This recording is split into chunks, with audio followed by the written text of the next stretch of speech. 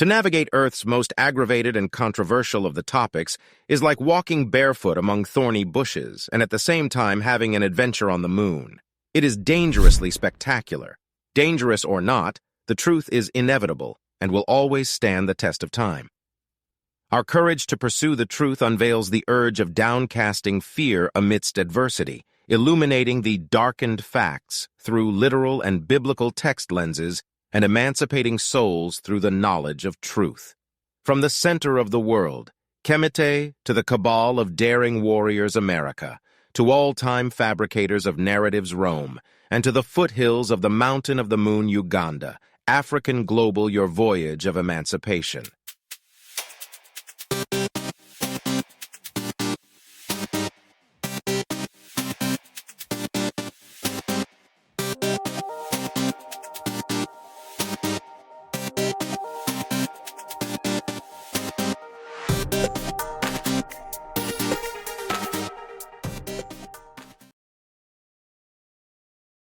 Welcome to yet another thrilling episode. An expedition of the land of Canaan, controversially lucrative and ironically ugly on the physical and way more beautiful spiritual. While the topic is way more expansive given the complexity and the scopes of geopolitics and religious beliefs, it is fair to say that breaking it down in one sitting will be an injustice to the endless discussion which many believe that it may be put to bed in the paradise. We journey, however, to find the truth where it can be found, and African Global has gone out of the way to bring the most impeccable findings about the controversial Canaan. The land of Canaan has been in dispute as to where its appropriate location should be. While everyone wants to associate with the land of the promise, researchers predominantly suggests its existence in the Middle East. However, more profound scholars have recently considered it to be in Africa through the genealogy of Ham. I will tell you what, both are right because the whole area of Middle East was African, Northeast Africa, until mid-20th century when it was connoted as Middle East. It is important to mention that the land supposedly Canaan is in dispute not only by researchers and scholars, but geopoliticians as well. Palestine-Israeli war has never ceased since the Zionist movement occupied modern Israel in 1948, an expedition of the so-called Second Exodus, which should have been divine, but it was artificially and selfishly fabricated instead. With the scramble of Palestine and recent research on Africa, what is the position on the question of the land of Canaan? To answer this tough question, we shall navigate 7 leads which are clearly depicted in the holy texts. The biblical text. Where did Ham, who supposedly occupied the landmass Africa, allocate land to his son Canaan?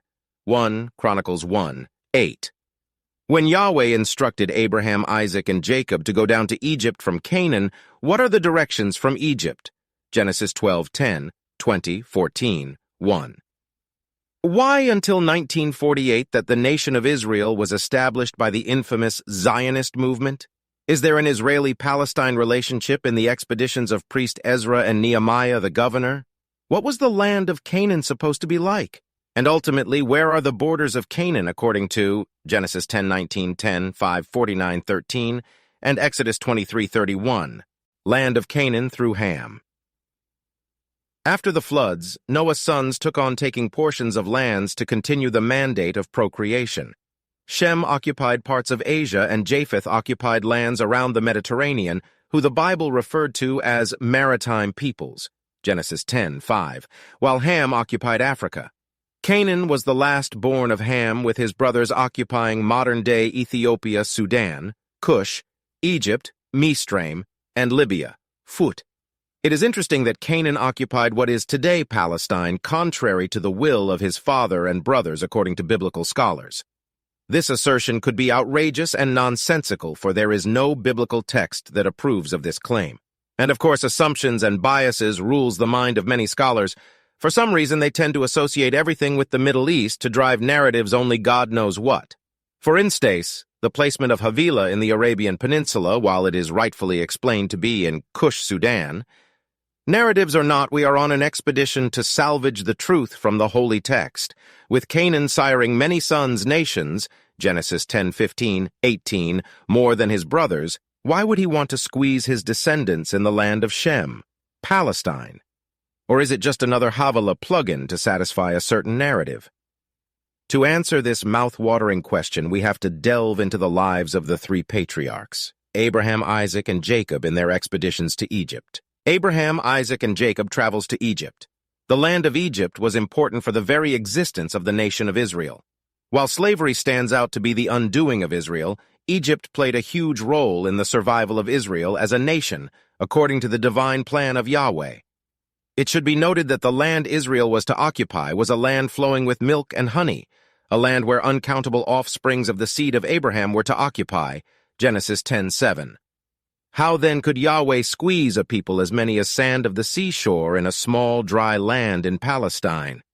Before we jump into conclusions, let's examine the patriarchs' travels to Egypt. Now there was famine in the land, and Abram went down to Egypt to live there for a while because the famine was severe, Genesis 12:10. So Abram went up from Egypt to the Negev, with his wife and everything he had, and Lot went with him. Notice that Canaan is in this context placed above Egypt, and Canaan should be in this case in the upper lands because Egypt is down. We shall pursue two narratives that could be either viewed critically as Afrocentric and Eurasian-centric. We will examine two rivers that are important in the biblical history, the Nile and the Jordan, which falls in the two disputed geographical areas. Rivers always flow from upper lands to the lowlands. For the Afrocentric view, considering the flow of River Nile, it flows from the foothills of the Mountain of the Moon, Uganda, to the Mediterranean Sea. This shows that the areas beyond Egypt to the south are upper lands, and Abram came up out of Egypt to these areas. According to the existing literature, Upper Egypt is placed in the south, while Lower Egypt to the Nile Delta, hammering the claim of Canaan being south of Egypt beyond Cush. A Eurasian scholar will arguably bring a similar narrative about the Jordan River. It flows from Mount Hermon in the north-south to the Dead Sea towards the Negev. The whole area of the Sidonites in the north is up, while the Negev, which is adjacent to Egypt, is down. This maintains the view that Palestine is supposedly the Holy Land. Of course, the topology alone isn't enough insurance. River Niger also flows like the Jordan, and we could assert that the Malian Empire is the Holy Land. This brings us to the third question, the Israeli-Palestine connection through walks of Ezra and Nehemiah, the Israeli-Palestinian connection. Palestine is a modern version of the Greek word Palestine. It was formerly known to the Hebrews as Philistia and later Philistines, who formerly came from Kaftor, Crete, Grecian island, and occupied the coast of Philistia after their failed conquest of Egyptian territories in 1190 BCE. The provinces of Philistia were Gaza, Ashkelon, Ashdod, Gath, and Ekron, which Philistines occupied way before the return of Israelites exiles from Babylon during the Medo-Persian rule in 550 BCE. When King Cyrus ordered the return of the Jews to Jerusalem, they didn't find an empty land. It was occupied by Philistines. This could explain why there is contention in Palestine over Gaza Strip and the West Bank. Apparently, connecting the land of Canaan with modern state of Israel could be problematic with the exclusion of Palestine. Palestine, as seen so far in this context, is more a promised land with spiritual contentions being experienced between Israeli state and Palestinian forces. To solidify this position, we have to navigate deeper on the closeness, or rather oneness, of these two fierce nations.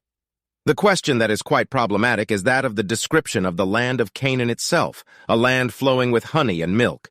It should have been a massive fertile land, but in this case, the whole area of Palestine is dry and a little bit squeezed contrary to the Abrahamic promise, Genesis 15:5-21. However, the walks of Ezra the priest and Nehemiah governor of Judah from the capital Susa Shushan in Babylon to Jerusalem, there seems to be a connection with modern-day Palestine. He had begun his journey from Babylon on the first day of the first month, and he arrived in Jerusalem in the first day of the 5th month, for the gracious hand of his God was on him, Ezra 7:9. From Shushan to Jerusalem is a distance of 900 miles, which is approximately 4 months on horseback considering rests during the night. This shows that Ezra from Shushan the citadel traveled to modern-day Palestine in Jerusalem. If we took the direction in Cush, it could have taken at least 6 months, considering the meandering to Egypt, then up to Khartoumany/Khartoum. Towards the West African coast is way more impossible in 4 months, considering